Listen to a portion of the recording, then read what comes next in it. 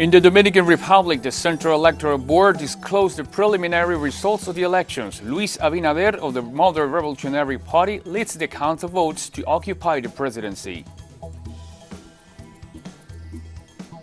Venezuela has condemned the actions of the government of Guyana after Georgetown took the territorial dispute of the Essequibo to the International Court of Justice. In Italy's capital, Rome, a group of migrants consisting of mostly native Africans have protested to demand more rights for workers amid COVID-19 pandemic. Hello, today is Monday, July the 6th, from the headquarters of Telesur English in Havana, Cuba. This is from the South. I'm Ernesto Dominguez.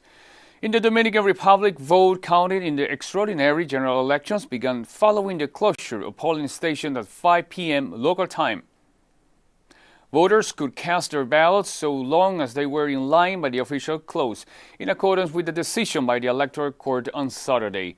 The Central Electoral Board has asked the presidents, schools, and electoral boards to allow access to accredited electoral observers, following reports that some were not permitted to witness the ballot counting.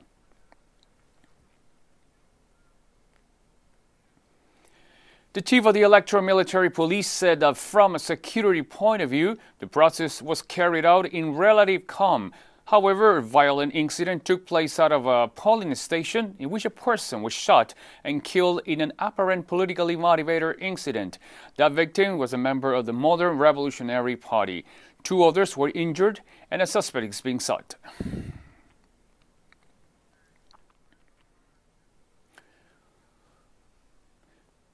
So I invite you to take a look at the main candidates in these elections of the DR.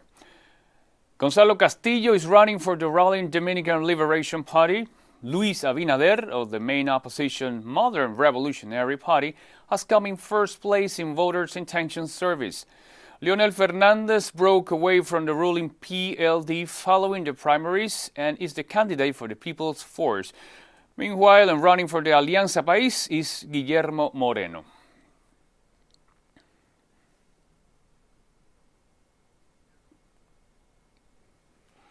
The most recent elections in the Dominican Republic, Daisy Toussaint, with more details on it. In the Dominican Republic, there is already a festive atmosphere. However, the Party for the Dominican Liberation, as the Modern Revolutionary Party, from early hours mounted a platform to celebrate a possible victory it will have in these elections. The Central Electoral Board issued the first ballot that marked that 54% were with Luis Abinader and 36% were with Gonzalo Castillo. The strength of the People and Alliance remained with over 8.7% according to the data given by the Central Electoral Board, which moreover was only 20% of the votes counted. It is important to finish this vote to find who will be the president of the Dominican Republic for 4 years and will be assuming since August 16 when President Danilo Medina leaves.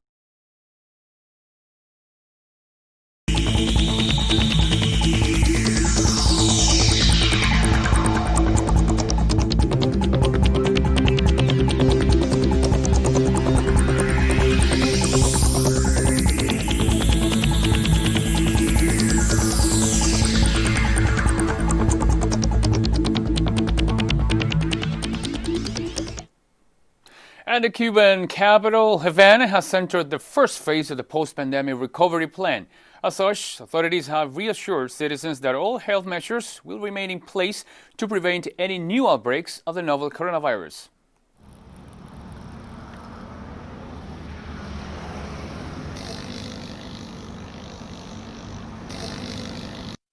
La vida mía es la pesca. Si no podíamos salir, gracias a que dieron la primera fase y que esto se ha arreglado un poquitico, para uno seguir haciendo sus cosas.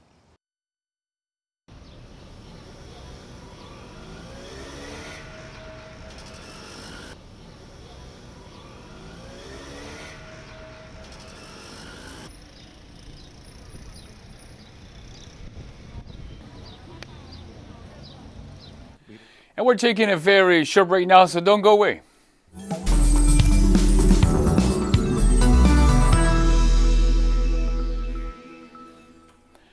Welcome back to From the South. Venezuela has condemned the actions of the government of Guyana after Georgetown took the territorial dispute of the Essequibo to the International Court of Justice. We have more in this report. To demand the recognition of the territory before 1899, a time Guyana still wasn't a sovereign nation. Guyana respectfully requests the court, 1, to find that it has jurisdiction to hear the claims presented by Guyana and that these claims are admissible, and 2, to proceed to the merits of the case.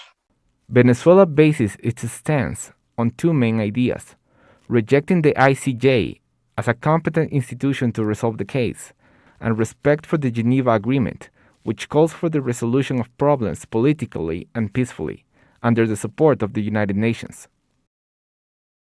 When the Paris Agreement of 1966 was approved, it stated that the parts involved will decide on a single path to resolve the territorial dispute, taking it into the International Court of Justice. Shows Guyana and all the countries who support it have no knowledge of the agreement. The Geneva Agreement is vital for Venezuela's demands, because Article 1 says the Kingdom of Great Britain and Venezuela don't recognize the judicial decision of 1899. This opens the doors for joint negotiations, which will later be presented to the United Nations as they promote peaceful resolution of conflicts. Venezuela is also denouncing pressure by transnational companies, especially oil companies from the United States and Europe, as Guyana is continuing the process in a way not agreed upon by those involved. Venezuela also says the Guyanese government authorized the exploitation of water resources without defining land borders in the disputed territory. The Liza 1 oil field has approximately 1.4 billion oil barrels that can be exploited, and Liza 2 has more than 890,000 million oil barrels. This will transform Guyana into a real oil leader. This is the real reason behind their actions. The United States, the United Kingdom, Holland, and France are seeking to take over all the oil in this area, which also has large natural gas reserves. Geopolitical interests are diverse. The UK has not abandoned their attempts since the 19th century to take over land beyond the Essequibo. This is a zone rich in minerals, water, and energy resources. And for Venezuela, it's an important access point to the Atlantic Ocean. The Venezuelan government has shown evidence of opposition members using the Essequibo as an asset to be traded, to obtain political support from governments like the UK. And the CARICOM chairman and Prime Minister of St. Vincent and the Grenadines, Ralph Gonsalves, expressed his solidarity towards the Venezuelan people who struggles with the COVID-19 pandemic under unilateral and coercive sanctions imposed by the government of the United States. Venezuela has suffered for its principles in resisting imperialism.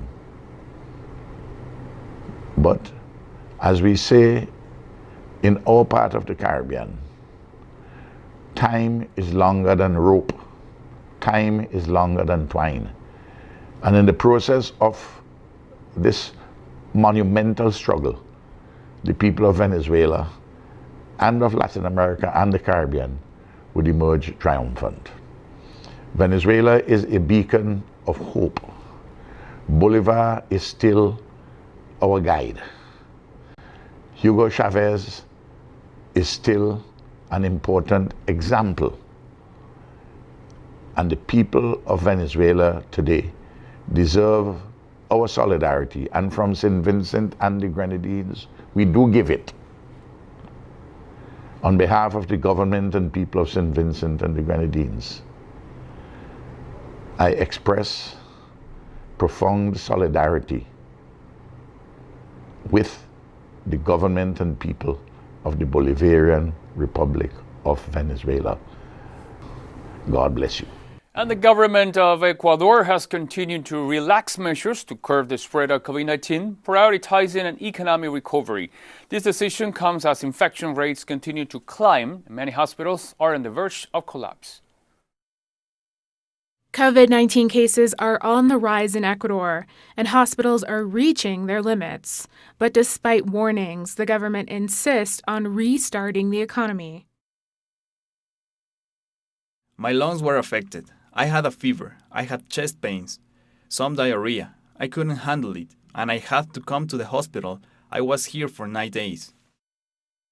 The director of a public hospital in the south of the capital city, Quito, says that the institution has 450 people hospitalized, 60 people in ICUs, and more than 110 people are in the emergency room due to COVID-19. He added that the hospital is reaching its maximum capacity since they're receiving more people with worse symptoms. Right now, we're receiving an average of 240 people per day, and the complexity of the cases has worsened. They don't come here only because they're worried they might have COVID-19. They come here with serious complications, sometimes without being able to breathe. Meanwhile, the prefect of Pichincha province has presented different proposals to maintain restrictions since the province is in second place when it comes to infections. She says that the government has taken the wrong decisions and rushed to reopen the economy.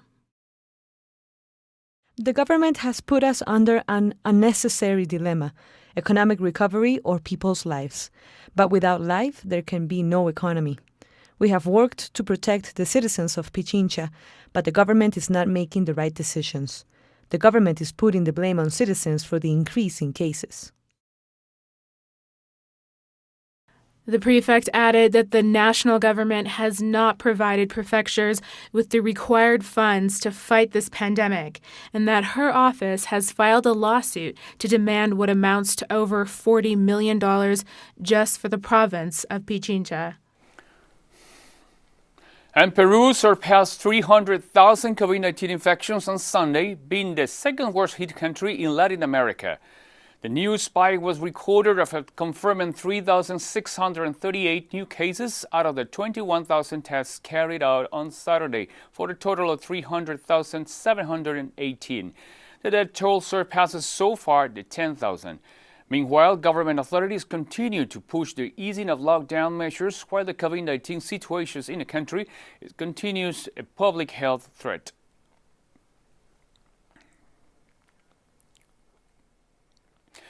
Brazil surpassed 1.6 million coronavirus cases this weekend, while the number of deaths approached 65,000 since the beginning of the pandemic, according to data released on Sunday by the Ministry of Health. The total number of confirmed cases reached more than 1,600,000. The city of Sao Paulo is in the process of reopening, and the next phase begins this Monday with the return of activities in bars, restaurants, beauty salons, and hairdressers.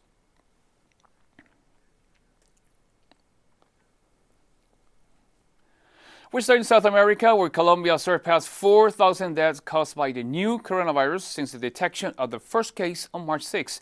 The Ministry of Health announced this Sunday. More than 100 deaths were reported this Sunday, bringing the total number of deaths to 4,064, according to the official report.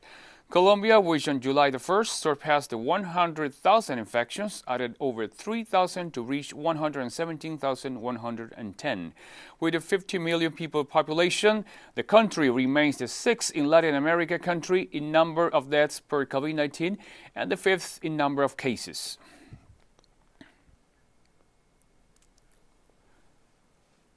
The government of Argentina announced on Sunday it will improve its proposal to creditors for debt restructuring.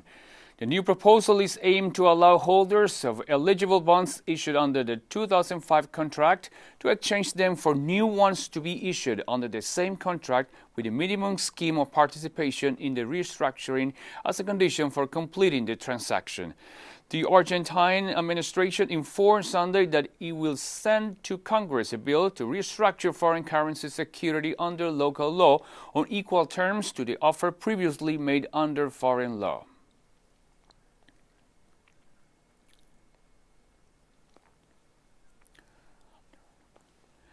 After an over 3-month ban on international air travel due to the COVID-19 pandemic, the first commercial flights has landed in Uruguay. Hailing from Spain, 240 passengers arrived on Sunday, among them Uruguay's newly appointed Foreign Minister Francisco Bustillo. Only Uruguayan nationals, residents and diplomats traveling from certain countries are being allowed to enter the country.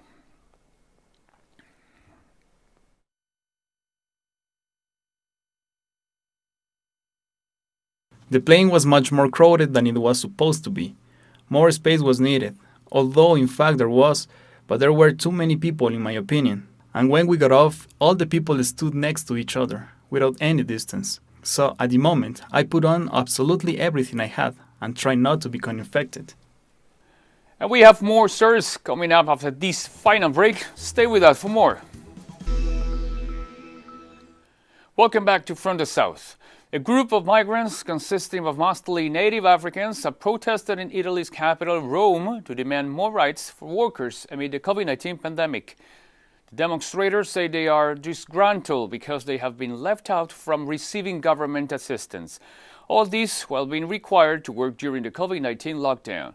The demonstrations was organized by Italian Ivorian unionist Abubakar Sumahoro, who is famous for fighting for workers' rights, especially migrants, for years.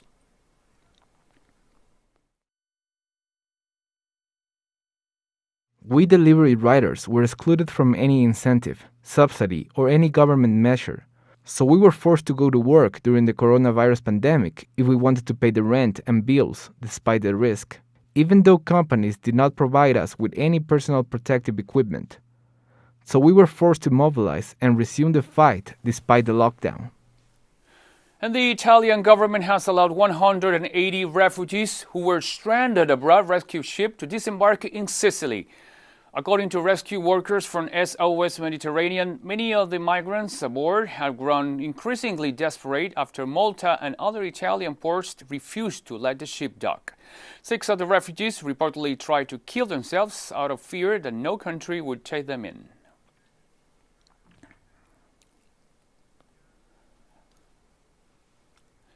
Several dozen Serbian protesters have gathered in Novi Pazar to protest against the city's poor healthcare system. Demonstrators blew whistles and held banners with the statement, "We are not second-class citizens." Novi Pazar has mostly recently recorded a growing number of coronavirus cases and deaths. This comes after the country went from a very tight lockdown to an almost total relaxation of measures. So far, there have been over 25,000 confirmed cases and nearly 200 deaths in the country.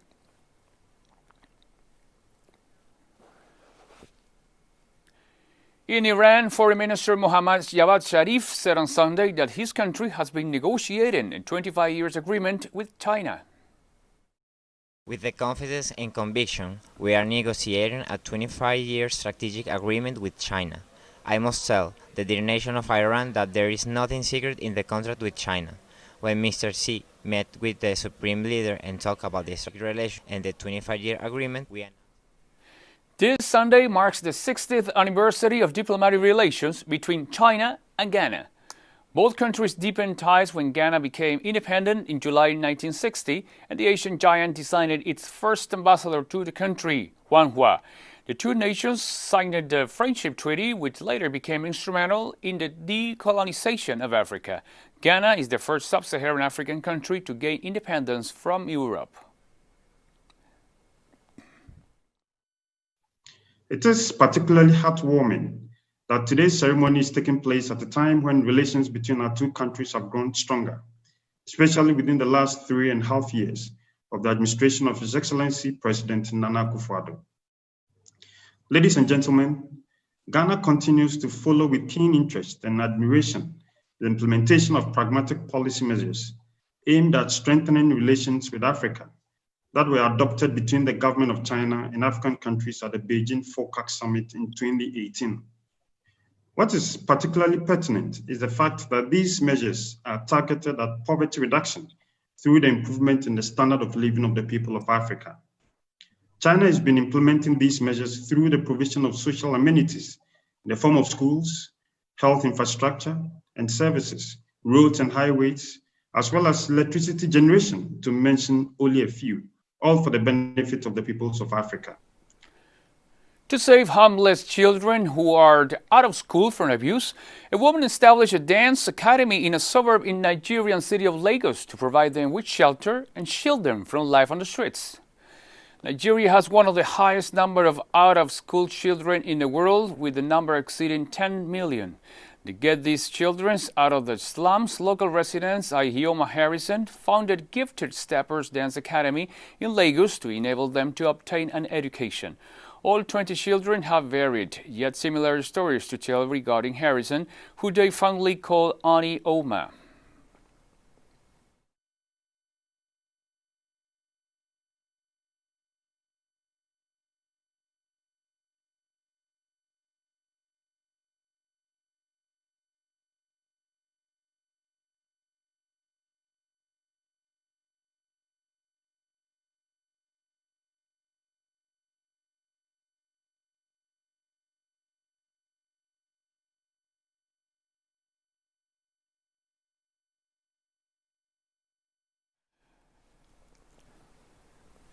And we've come to the end of this news brief. You can find this and many other stories on our website at telesurenglish.net. And as I always say, you can also join us on social media, Facebook, Twitter, and Instagram. For Telesur English, I'm Ernesto Dominguez. Thank you for watching.